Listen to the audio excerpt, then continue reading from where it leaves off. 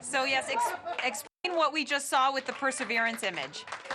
So the Perseverance image is showing us grounded at first. It's actually a video, which is great. It's grounded at first and then shows us hovering our 3 meters above the Martian surface and then touching back down. It's amazing, brilliant.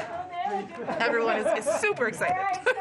So I would say it's a success. I would say.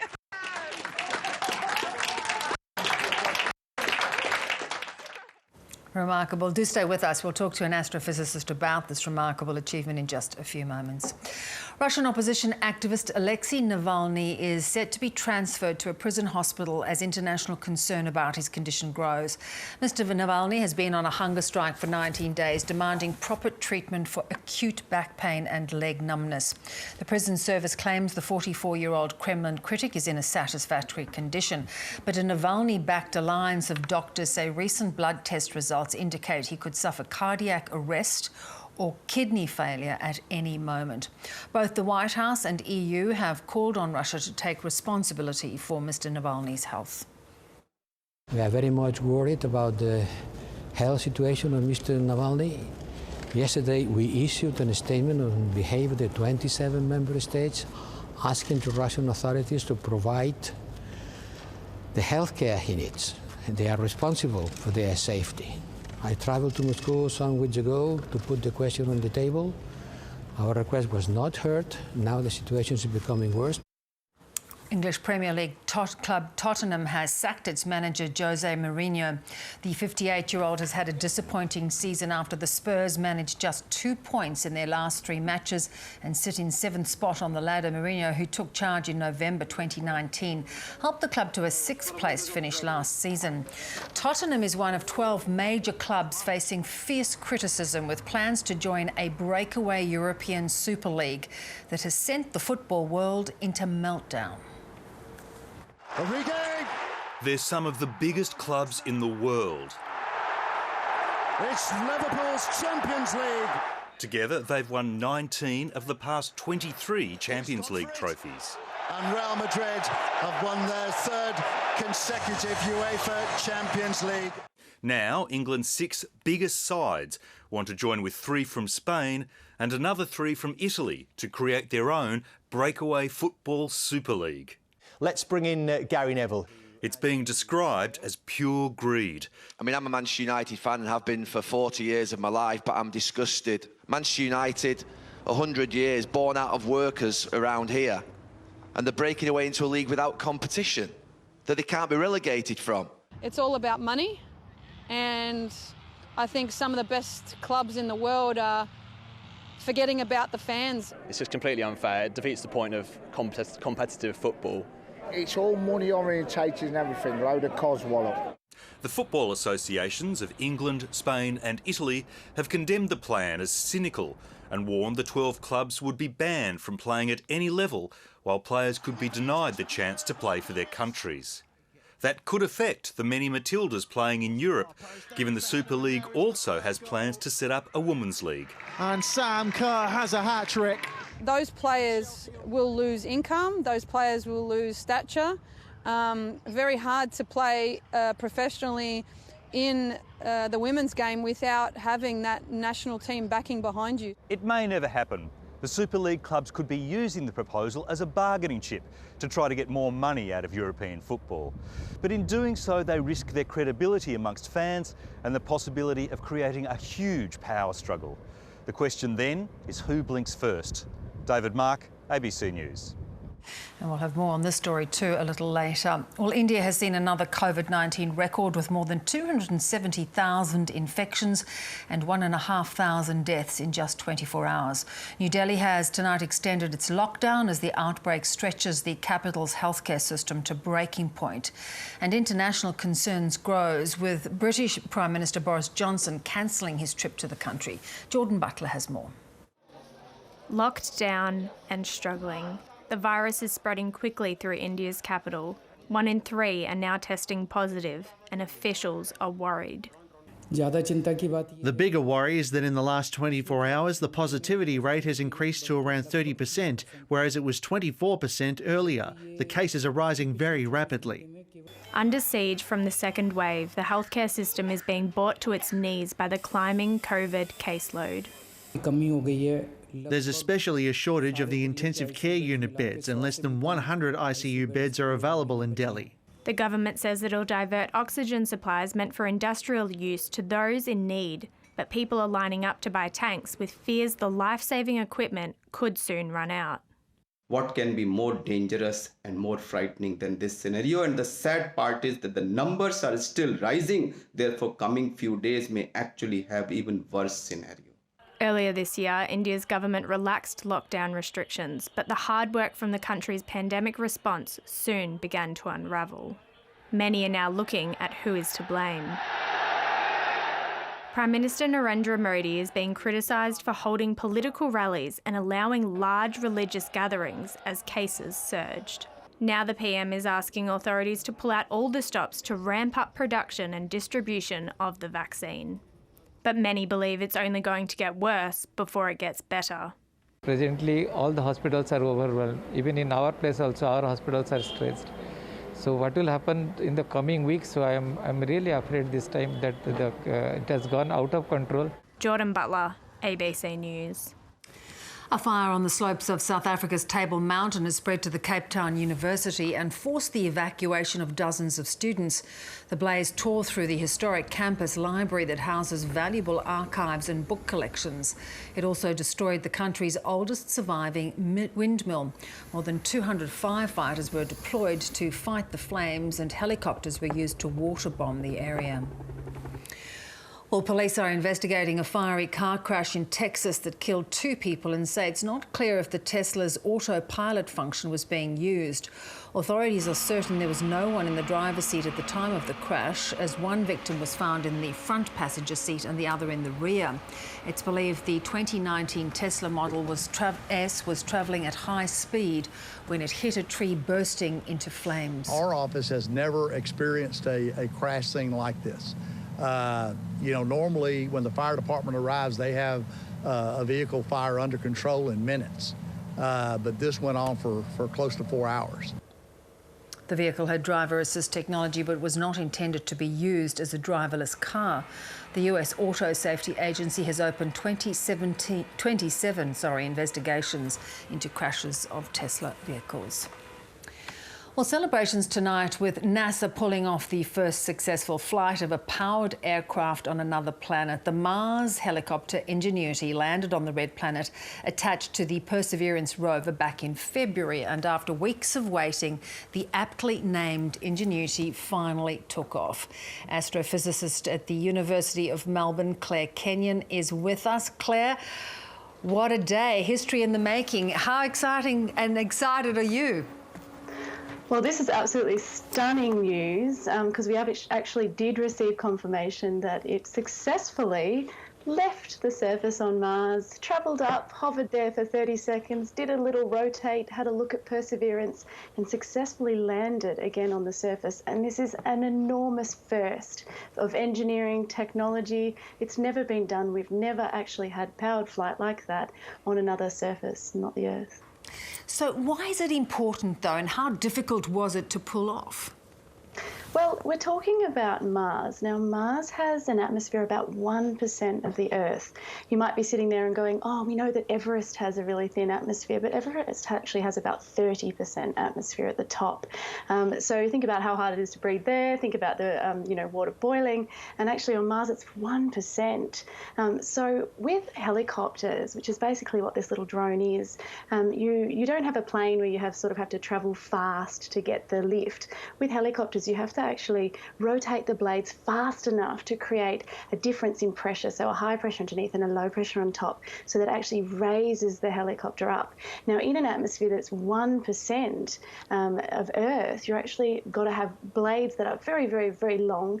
The craft has to be really, really light, and these blades have to spin, 2,500 revs per minute. So, that for a heavy Chinook, we're talking that's about 225 revs per a minute on Earth, and a normal helicopter is about 400 to 500. So technologically, we're getting 6 times that just for this 1.8 kilo craft to just go up for 30 seconds, which is absolutely incredible. Remarkable indeed. All right, so how significant is it in terms of the actual project that is, that is Perseverance, and what is it going to tell us potentially, the fact that we are going to be able to fly this helicopter around Mars? So Perseverance, the whole thing with Perseverance actually there to, I suppose, explore the surface of Mars, look for ancient signs of life, and it's a real new thing for us to be out there and exploring new terrain, and Ingenuity is actually doing that as well. It's proving that, first of all, we can get off the surface and explore, and even though this one was just a test flight, 33 metres up, 30 seconds in the air, or 40 seconds all up, what it's actually shown us is that we are capable of doing that. So it's not actually too much about I suppose, new science, in finding new science using the technology, but it is actually proof that the technology can be used. Assuming that touchdowns and takeoffs of flights to come 2 to 5 actually all go off really well, we could actually be flying up to 15 metres away from this launch pad. So definitely getting some images, but that's certainly not its main priority. All right, so what's the next move then for Perseverance? So Perseverance is really cool. Just at the moment, even just 76 metres away from the launch pad, as it's actually been watching Ingenuity. I don't know if you saw the footage, but we actually saw a picture from Perseverance watching Ingenuity go up and hover. Like a proud mother. Incredible. And the best part is that, that happened 3 hours ago. I just think it's odd that on this cold planet a long way away from Earth, that this sort of robot is watching another robot do something, which I thought was amazing. But Perseverance has been really busy already. It's been taking lots and lots of photos of the terrain. It's been using lasers to vaporise rocks and actually look at the chemical structures of those rocks. And in fact, where it is right now in that crater, in Jezero crater, they've actually found evidence that there has been wind erosion, water erosion, and even just structures in the rock and erosion patterns in the rock that make it look like it's been part of a river. So it's been tumbled around a lot. So part of Perseverance's first steps really is just to explore, take some pictures, and tell us a little bit about conditions in ancient Mars. But in the future, we're hoping it's going to trundle along, which is why Ingenuity only has 30 days basically to get up and do its thing, because Perseverance is off after that, probing rocks for signs of ancient life. And will Ingenuity stay on Mars? I guess it's hard for a robot to put a robot back on its... It's no point coming back, honestly. It'd be nice one day for us to go there and actually collect it, I suppose, as a relic. But Perseverance will return rocks from Mars. We're sort of looking no earlier than 2031, which seems like a long way away, but considering how quickly 2020 disappeared, not that long away. So we might actually have some rocks from Mars collected from Perseverance here in the next decade. Amazing. Claire, great to get you to explain all of that tonight. Thank you so much. Thanks, Beverly. Well, there were tearful reunions on both sides of the Tasman today as the long-awaited Australia-New Zealand travel bubble came into effect. For the first time in a year, Australians are now able to travel freely to New Zealand and they no longer need to quarantine. The ABC's Josh Bavis was among the first to make the trip to Queenstown. A hero's welcome from the fire and rescue team at Queenstown's airport. It's been 387 days since the last plane arrived with international passengers.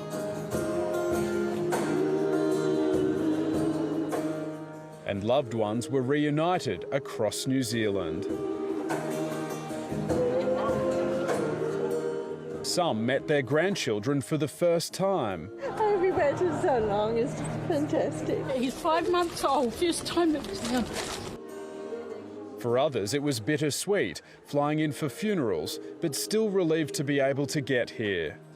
It's sad circumstances that she's here for the loss of their brother, but we're happy that we get this opportunity.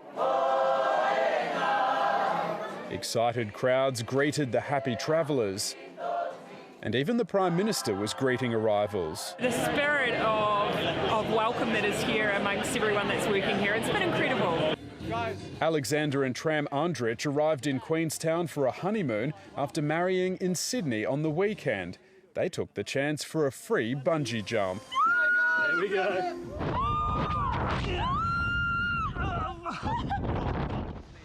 Eager Airlines carried up to 10,000 passengers across the Tasman today, most of them into New Zealand. We're adding 16 flights a day to New Zealand, return flights a day, and they're full. It also means hundreds of airline crews are flying again. In Melbourne, travellers were sent off with a smile. And people were just so happy to leave. It's amazing. It's been long time, so really looking forward to it. Meeting our 10-month-old new niece, so as well, it'll be great. But it's not just happy families. Businesses are counting on billions of dollars coming in again. The economic windfall for tourism operators couldn't have come soon enough. Here in Queenstown, many have already been forced to close. They simply couldn't hang on any longer. This is the light at the end of the tunnel, which will keep them going. This really is the saviour for us. Now there's hope it'll be a little easier, at least for those who are together again. At least 97 people have been injured after a train derailed in Egypt. It's believed several people died. The train was heading from Cairo to the Nile Delta city of Mansoura when it derailed. The cause of the accident has been investigated. The derailing is the latest of several recent railway crashes in Egypt. Another volcanic eruption has rocked the Caribbean island of St Vincent. About 20,000 people have been evacuated from their homes after a series of eruptions this month. The United Nations has warned the situation opens the possibility of a humanitarian crisis in the Caribbean territory and nearby islands.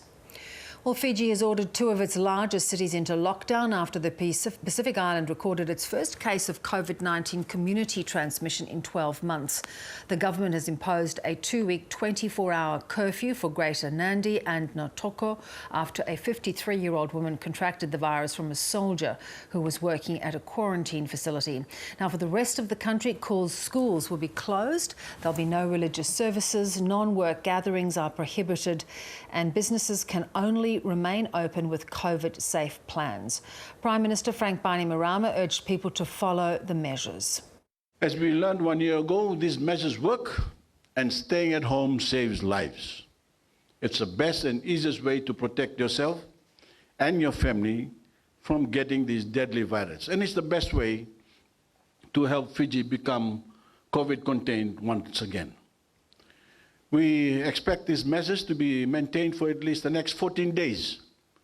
Stay disciplined, and we will get through this. We know what is required of us.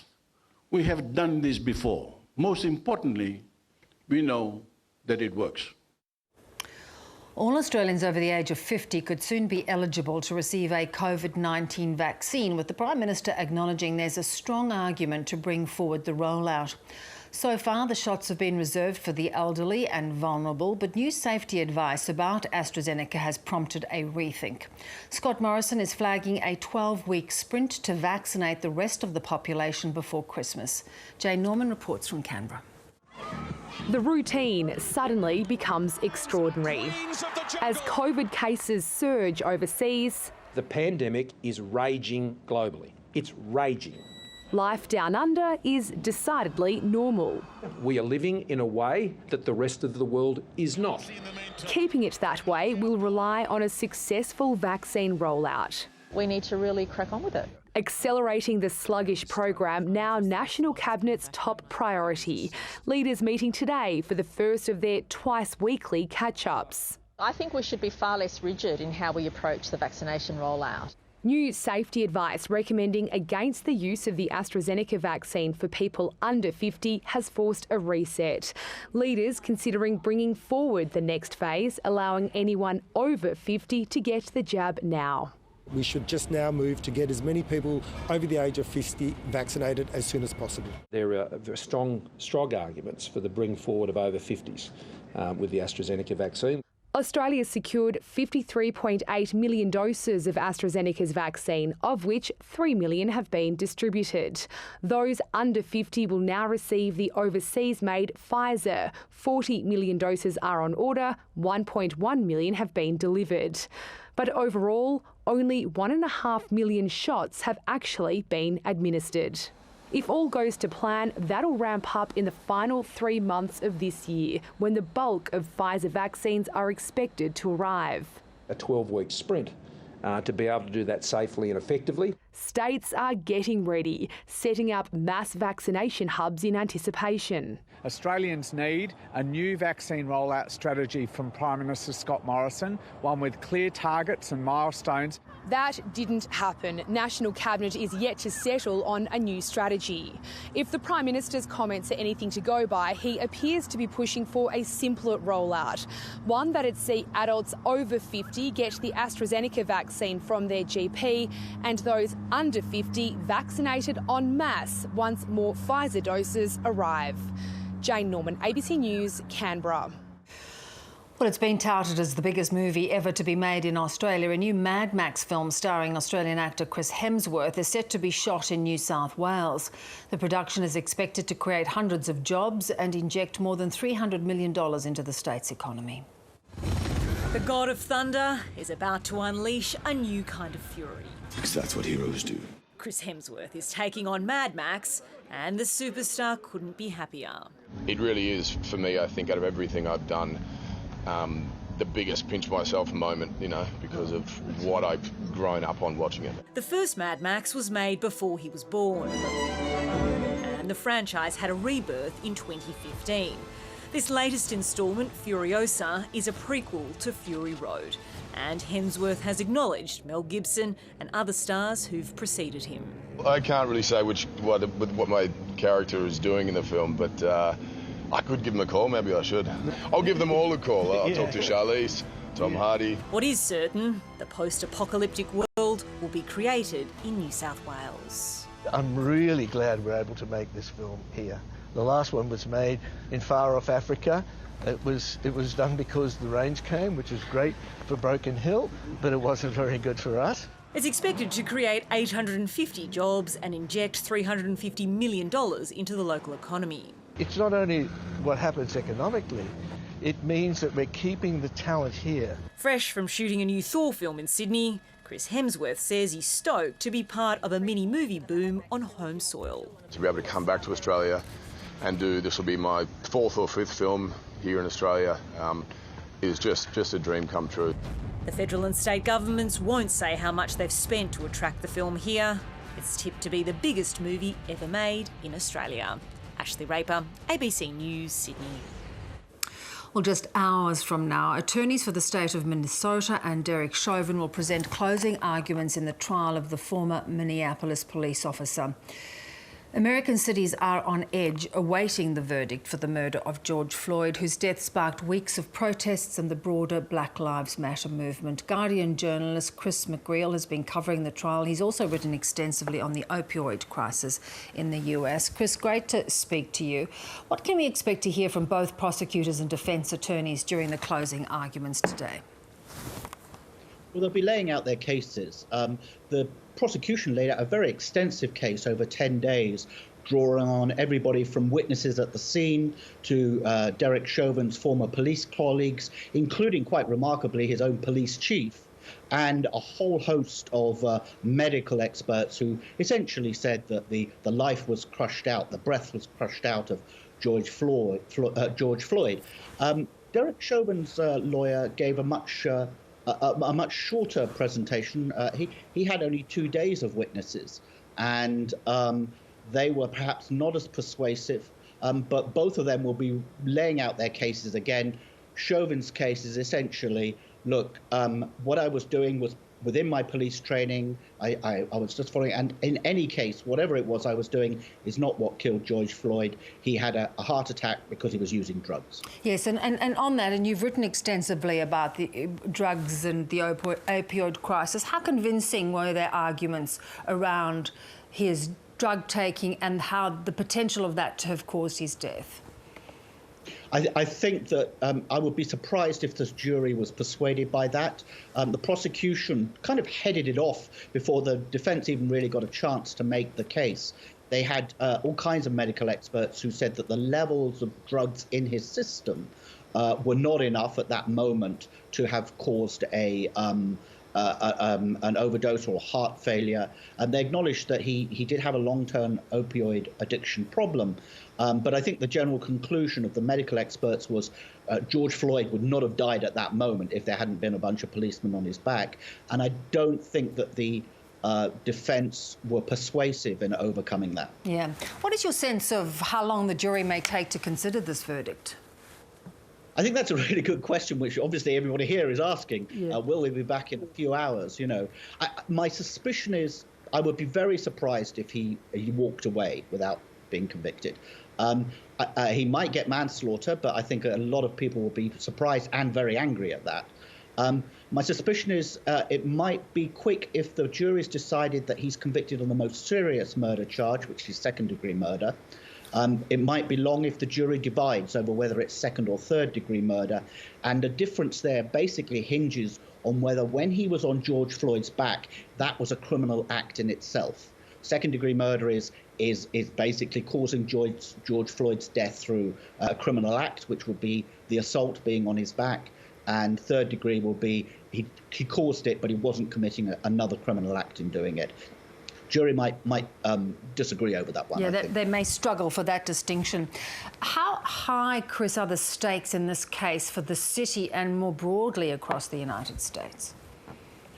Well, I think they're very high, you know, as we've seen from last year. I mean, this reinvigorated the Black Lives Matter movement. That 9 minutes and 29 seconds of video of Derek Chauvin, the police officer, on George Floyd's neck is excruciating. It's horrifying for those that have seen it. And it was repeatedly shown in court over and over again, which must have had its impact on the jury. But Americans saw it, and it's been widely viewed. And I think the idea that the officer responsible for that would just walk away would have some quite serious repercussions. And on top of that, of course, we just had another police shooting of a young black man, Daunte Wright, in just south of Minneapolis in a place called Brooklyn Center. So the city was already on edges, more on edge than it was before. Indeed. You know, you pointed out that during the trial for the prosecution, there were people across all races and ages showing their horror and disappointment at what happened to George Floyd, or devastation more than disappointment. Do you think it's going to help beyond this trial, given, as you pointed out, there was just last week another shooting and many other instances coming forward of this ongoing fear that black people have for their lives, just going about their daily business? Yeah, it's an interesting question. I mean, on the one hand, you had the police chief and Chauvin's police colleagues testifying against him, and there was a sense perhaps that kind of blue line solidarity, police protect each other, might have been broken by this case. And I think that perhaps is true, although there is another view that the police chief in particular was testifying to save his department, the reputation of his department. But I think more broadly, no, there isn't a sense that this trial is going to change very much, because policing, it's changing, but it's not changing fast. And the fundamental problems of policing aren't really going to be addressed by sending one officer to prison. I mean, there's some very important structural issues in policing.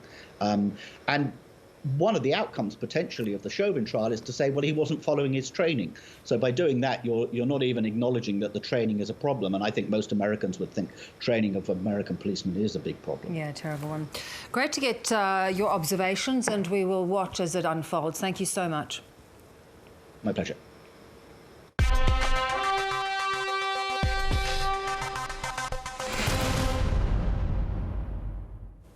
To what in the world? And Major League Baseball in the United States has allowed fans back into the stands this season. Among other things, it gives them the chance to try to catch one of the balls hit into the crowd. Now, during this game between the Blue Jays and the Royals, a fan took it to the next level, catching a foul ball while he was casually holding a beer. That's the catch of the year, and it's only game number 14. The crowd, of course, went wild, setting a very high benchmark for future fan catches.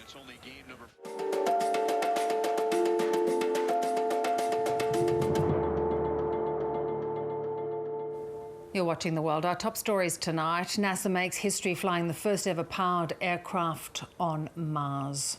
International concern over Alexei Navalny's condition grows, with the Kremlin critic due to be transferred to a prison hospital. And European football is in disarray over plans by 12 of the world's biggest clubs to set up a breakaway Super League. In Malaysia, Ramadan bazaars are being held this year after being cancelled last year because of the pandemic. Now, this is despite concerns the crowds could lead to another surge in COVID cases. Here's Yvonne Young. Here at one of Malaysia's largest marketplaces during the Muslim fasting month of Ramadan, it's busy. The Kuala Lumpur stall owners are grateful they're able to open this year, unlike during the last due to the pandemic. Last year we could only sell our cakes online. I'm happy that we can have this source of income, that we can come out and do business. There are COVID restrictions in place, such as more spaced out stalls, temperature checks, requiring customers to register and limiting the number of patrons. It's on them to maintain physical distancing when they visit. I am so thankful and happy they are open this year. It makes it feel as if things are getting back to normal, new normal, with masks and following the rules. It is a new normal. The 7-day average for COVID cases is now around 2,000. This time last year it was 100. At its peak in early February, the number rose to nearly 5,000. There have been more than 1,300 deaths and 375,000 recorded cases of coronavirus in the country to date. And there's concern those numbers could surge again as crowds return to bazaars such as this. The Prime Minister just last week assured the public that stricter enforcement is in place. Officials are also having to defend the nation's vaccination program after revealing 40 health workers tested positive to COVID-19 after completing 2 doses of the vaccine. They're hoping the uptake of the jab will increase as the second phase is rolled out to include seniors and high-risk groups. And while the government has ruled out a third nationwide lockdown, it's banned interstate travel right through Ramadan. For a second year, people won't be allowed to travel back to their hometowns for the final Eid al-Fitr celebration. Yvonne Yong, ABC News. Security forces in Myanmar have opened fire on anti-coup protesters. Video shows troops firing at protesters as the commander is overheard ordering them to shoot to kill. More than 700 people have been killed in violent clashes with security forces since the military ousted Aung San Suu Kyi's government back in February. Meanwhile, Japan is asking the military regime to release a Japanese journalist who's been detained by security forces in Yangon. It's believed freelance journalist Yuki Katsumi was arrested in his home and taken away by troops on Sunday night. Katsumi was previously arrested in February while covering the anti-coup protests, but was released soon afterwards. A spokesperson for the government did not name the journalist, but said they are seeking details of the circumstances surrounding his detention. The junta is yet to respond. 2 Russian men suspected of carrying out the 2018 Salisbury poisonings in the UK are being linked to a 2014 explosion at an arms depot in the Czech Republic. Officials say they have found evidence linking the explosion to a unit of Russian military intelligence. The aftermath of a deadly explosion. In October 2014, this arms depot in the Czech countryside blew up. It took a month to find the remains of 2 men who worked there. It was widely assumed to have been an accident, until now. A key piece of evidence came when investigators found an email requesting permission for 2 men to inspect the site. Attached were scans of the men's passports, a copy of which the BBC has obtained. If you recognise them, this is why. They're the same 2 men wanted in connection with the Salisbury poisoning in the UK. In 2018, they were spotted on CCTV and accused of smearing nerve agent on the front door of Sergei Skripal's house. The 2 denied any involvement, saying they visited Salisbury to see the cathedral spire. The email with the passport scans claimed the men were from the National Guard of Tajikistan and gave false names. The pair arrived in Prague on October 11th, using the same names as in Salisbury. On October 13th, they went to stay on Ostrava, near the arms depot, and they left the country on October 16th, the day of the explosion. But why was the depot targeted? The BBC has been told that a Bulgarian arms dealer, Emilian Gebrev, stored weapons there. 6 months later in Bulgaria, another team from Russian military intelligence is believed to have tried to kill Gebrev. This CCTV shows an alleged member of the team moving around Gebrev's car. It's alleged poison was smeared on its door handle, leaving him fighting for his life, though he did survive. One expert says these incidents paint a picture of how this team operates.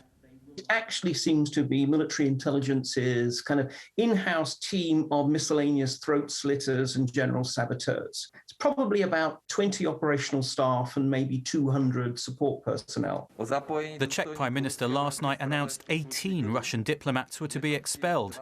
Moscow has responded that the allegations are absurd. The revelations about this explosion may not be the last. Investigations into the activities of Russian military intelligence are ongoing, and more cases may still be uncovered.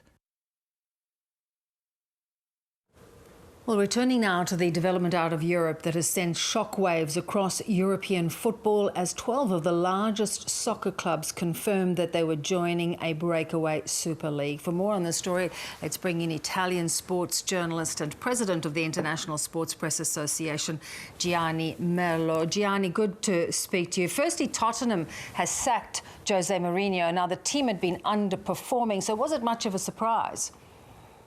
I think it's not a big surprise because Mourinho was already going down since some months. You know, he's a special guy. Maybe that he has finished his circle, no, and now he has to begin again from small clubs because he has lost too much charisma in the last years.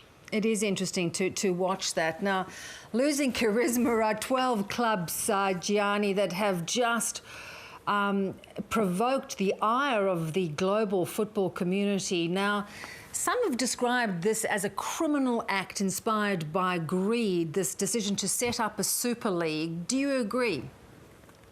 In some way, yes, because I think that they choose this way because they are under heavy debt in their balance. So I think that they are desperately looking for money.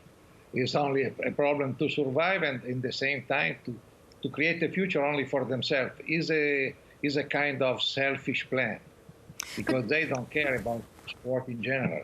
They care about their money and how to survive. And if we look at the clubs that have decided to do that, they are foreign-owned, many of them. They don't have that history and that connection to the communities that will be impacted by this decision.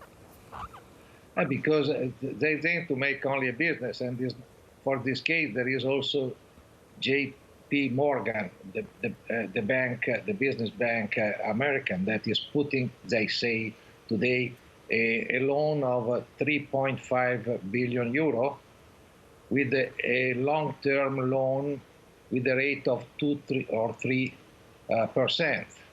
So it's a loan, but I think that anyway, they need this loan, but after is to create this kind of tournament will be not so easy because there are many problems now that they are facing. Maybe that they are trying only to go to discuss to have better solution to have more money from UEFA. Maybe that is also this a way, but not so clever in this way. Yeah, so your suggestion is perhaps it's a bargaining chip to get UEFA to the table because a lot of these clubs say they are in serious financial difficulty because of the pandemic.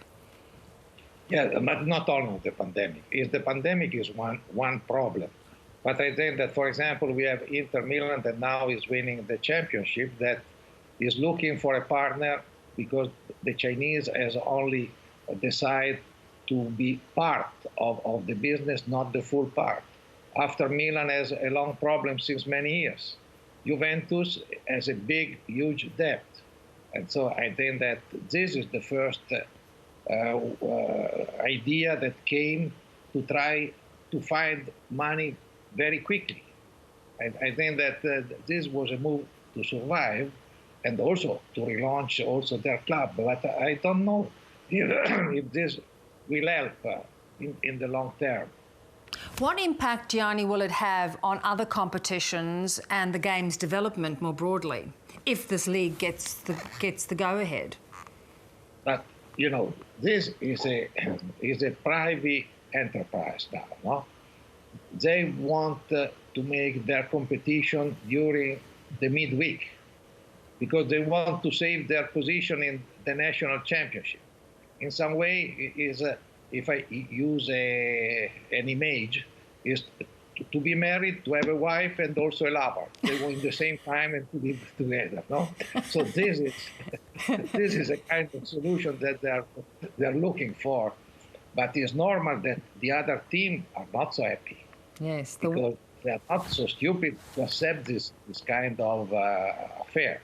So I guess that now will begin a kind of discussion because somebody yesterday night was telling that even this Super League could begin also this August. But to organize this, and after, how you will find the referees? There will be any doping control? There will be any match fixing control? They will be supervised? Because I think that the federation has many things that we can criticize. But the federation, at least they represent the country, they represent also a movement that has a solid base in everywhere. But these people, their only will is to make money. They don't care about it. Yeah, and they certainly don't care about the fans who will be a lot worse off if it damaged the other leagues that these players play for. Can regulators stop it? Boris Johnson says he's going to try and get involved to stop it going ahead. Yes, Macron also in France. I don't know, because this is a private situation. Because everybody is allowed to organize what he wants in around the world, because this is a private enterprise, and they can do it. The problem is that the federation can tell, I think, if to become our member, you have to follow these rules, and so they can be out. So the problem now is a legal problem, but the real field of the fight will be only the money that they can get by UEFA, or if they don't get by UEFA, there is this bank, but this bank after will ask them also to come back with the loan, you know? And will be a problem that time. And after they are asking to the fan in some way to pay more, because I think that this kind of league will try to sell the right of the matches to the pay-per-view TV, because the national network will not perhaps pay money for this kind of league. So to the fan, they are asking more money, more investment, and less match that they can see during the year. So I think that we have to wait 2 or 3 weeks to understand exactly the full scenario. Indeed. Well, as the wife, I don't think I'd be that happy, Gianni. No, nobody is happy, because they already decided today that they will change the format of the UEFA Champions League in 2024 with 36 clubs. You know, UEFA is working on all Europe. These guys, for now, are only in 3 countries. And the 3 countries, even 4, cannot represent the world or a continent. This is a psychological problem. Maybe that the system that is in USA in the sport, you cannot bring in Europe, because it is a completely different society, tradition, culture. And after the American football, the American hockey, and so on, they are lucky and they can work because there is, before, the sport in the school, in the college. Yep. So this is the last part of a system. We have not the same system in Europe. I don't know in Australia, but I think that is the same situation. Yes, no, it's a much more fan community-based system that I don't think the Americans understand completely. Gianni, great to get your insights. Thank you so much. Thank you to you. Well, let's get more on a fatal crash involving Tesla's 2019 Model S that has now raised concerns that its autopilot feature may have been engaged before the vehicle hit a tree and burst into flames. 2 people were killed in the accident near Houston, Texas, and local investigators say they're confident no one was in the driver's seat at the time of impact. The crash comes as the car maker is preparing to launch its updated full self-driving software, which will need to overcome safety and regulatory hurdles. This is all that remains of a fully electric 2019 Tesla Model S after it crashed into a tree near Houston, Texas, and burst into flames. Police say more than 100,000 liters of water were used to extinguish the fire. Our office has never experienced a crash scene like this. You know, normally when the fire department arrives, they have a vehicle fire under control in minutes, but this went on for close to 4 hours. Once the fire was put out, investigators did determine that there were 2 victims inside the vehicle. Our investigation thus far has determined that one of the victims was in the front passenger seat, one was in the back seat. With no one in the driver's seat, it's thought that Tesla's autopilot technology was being used at the time of the crash, though that's yet to be confirmed. That technology still needs a driver to supervise and does not make the vehicle autonomous. They feel very confident just with the positioning of the bodies after the impact that there was no one driving that vehicle. To the deadly crash, the car on autopilot. The car maker has come under scrutiny for accidents in the past, when drivers were using the autopilot feature, which involves radars and cameras to accelerate and brake and to avoid obstacles. Tesla fans and social media influencers have shared videos of people driving with no hands or apparently asleep at the wheel. Ooh, see? No hands. Even celebrities have put their faith in the company's technology. But federal officials have accused Tesla of not doing enough to keep customers from using its driverless technology inappropriately. The U.S. National Highway Traffic Safety Administration has said it's opened 27 investigations into crashes involving Tesla vehicles. Just a few hours before the fatal crash in Texas, Tesla CEO Elon Musk tweeted his company's self-reported first quarter accident data, adding, "Tesla with autopilot engaged is now approaching 10 times lower chance of accident than average vehicles." Tesla is preparing to launch its updated full self-driving software to more customers as soon as this quarter. Mr. Musk has said he expects huge profits. That it will happen is a certainty. I think there are no fundamental challenges remaining for Level 5 autonomy. But the technology must overcome safety and regulatory hurdles to achieve commercial success. A baby pale-headed snake that's thought to have hitched a ride from the Darling Downs to Sydney in a bag of lettuce has been sent home. A Sydney woman claims the venomous reptile was inside a packet she bought from her Aldi supermarket. Now, she passed it over to a wildlife rescue service who then drove the snake nearly 1,000 kilometres to release it back into Woomba. We like to bring every animal that's rescued back to their home territory and, you know, being able to get him back at such a young age, you know, to continue that population. They say the snake will most likely seek out a hollow tree to live in.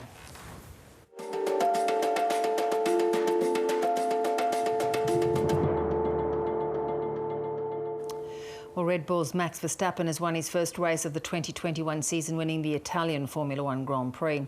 The race was chaotic from the start. 7-time world champion Lewis Hamilton finished second, 1 lap behind Verstappen when the race was stopped.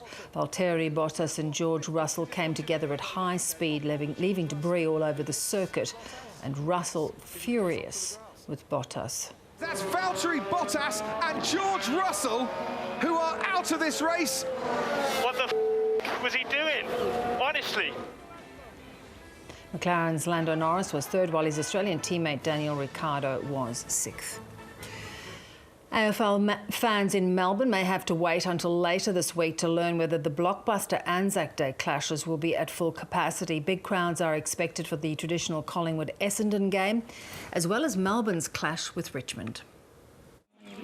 Father Time has been chasing Nathan Jones for the last few years, but he's proved elusive and will play his 300th game on Saturday night. I have to sort of pinch myself that I'm in this position, really. You know, if you had have asked me back in September last year, I wouldn't have known, you know, where I would have been. Potentially, I'm may have retired, really. Plenty of Demons fans are expected at the MCG as Melbourne has made its best start to a season in 27 years. Time I've been here, I hadn't even won 3 in a row, and we've won 5 in a row at the start of the season. The Tiger Army will also be out in strength for Dustin Martin's 250th, but will the MCG be back to full capacity? It'll come down to the success of a ticketing trial where fans entered their details for contact tracing. It'll be based on the trial that was conducted over the weekend at a number of games. It'll be based on that evaluation of public health. But there's no timeline for a decision. I know that when we move from 50% to 75%, I think the announcement was a bit later in the week, just before the Thursday night home and away games. Collingwood and Essendon fans will also follow the decision closely. It wasn't there last year, and a lot of people probably plan their weekends around this game. A packed MCG on Anzac Day would be a true sign Melbourne is getting back to normal. Peter Lusted, ABC News, Melbourne. Rugby league legend Tommy Raudonikis has been remembered as the game's patron saint at a public memorial service. His family was joined by greats of the game and hundreds of fans at the service at the Sydney Cricket Ground. He was laid to rest last week on the Gold Coast, so this was the chance for the game to say goodbye to Tommy Raudonikis. My dad was a Magpies fanatic, and I grew up with a Raudonikis number 7 jersey on my back, so I just thought it was fitting to come and pay tribute to the great man. His reputation as a champion on the field and man of the people off it, clear to see as fans sat side by side at the SCG with rugby league luminaries, as Tommy was remembered in true Tommy fashion. We left a chair for him, and all I could hear him say to me, and it was coming through my ears, "Hey fella, don't talk for long, people want to go to the toilet." It was a salt of the earth rugby league gathering. West Magpies and Newtown Jets shirts, the clubs where he made his name, were worn proudly in Tommy's honour, even by disciples of his famous origin sides. Just about his passion, having the origin, just to walk in, and I couldn't wait to get in the camp. He would appeal to the bloke off the street, to the politician, to the Prime Minister. It didn't matter. Tommy had time for everyone. The service underlined just what Raudonikis meant to the game of rugby league, not only here in New South Wales, but across the nation, to the people who love it and loved him, and to those who knew him best.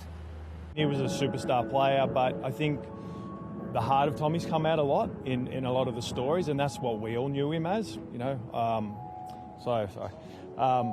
Yes, I think that's really special that everybody gets to see both sides of Tommy. And even if you weren't related to Tommy, to rugby league lovers, he still felt like family.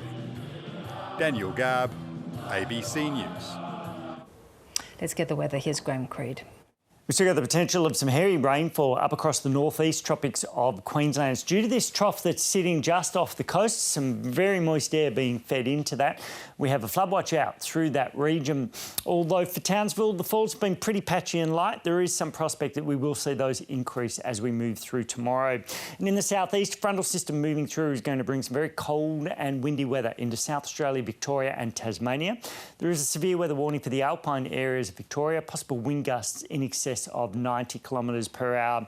Everywhere in between, though, we are looking at clear, dry and sunny conditions. That includes Darwin, although the very far north of the territory could just see an isolated shower. Our top stories tonight. NASA makes history with its Ingenuity helicopter becoming the first ever powered aircraft to take flight on Mars. Concern over Alexei Navalny's condition grows as Russian officials announce he's being transferred to a prison hospital. And European football is in meltdown over plans by 12 of the world's biggest clubs to set up a breakaway Super League. And that is your world for tonight. The drum will be up next, but we're going to leave you with those pictures from NASA's headquarters and from the surface of the Red Planet, where history was made with the first powered, controlled flight on another planet. I'm Bev O'Connell. See you tomorrow night. Bye-bye.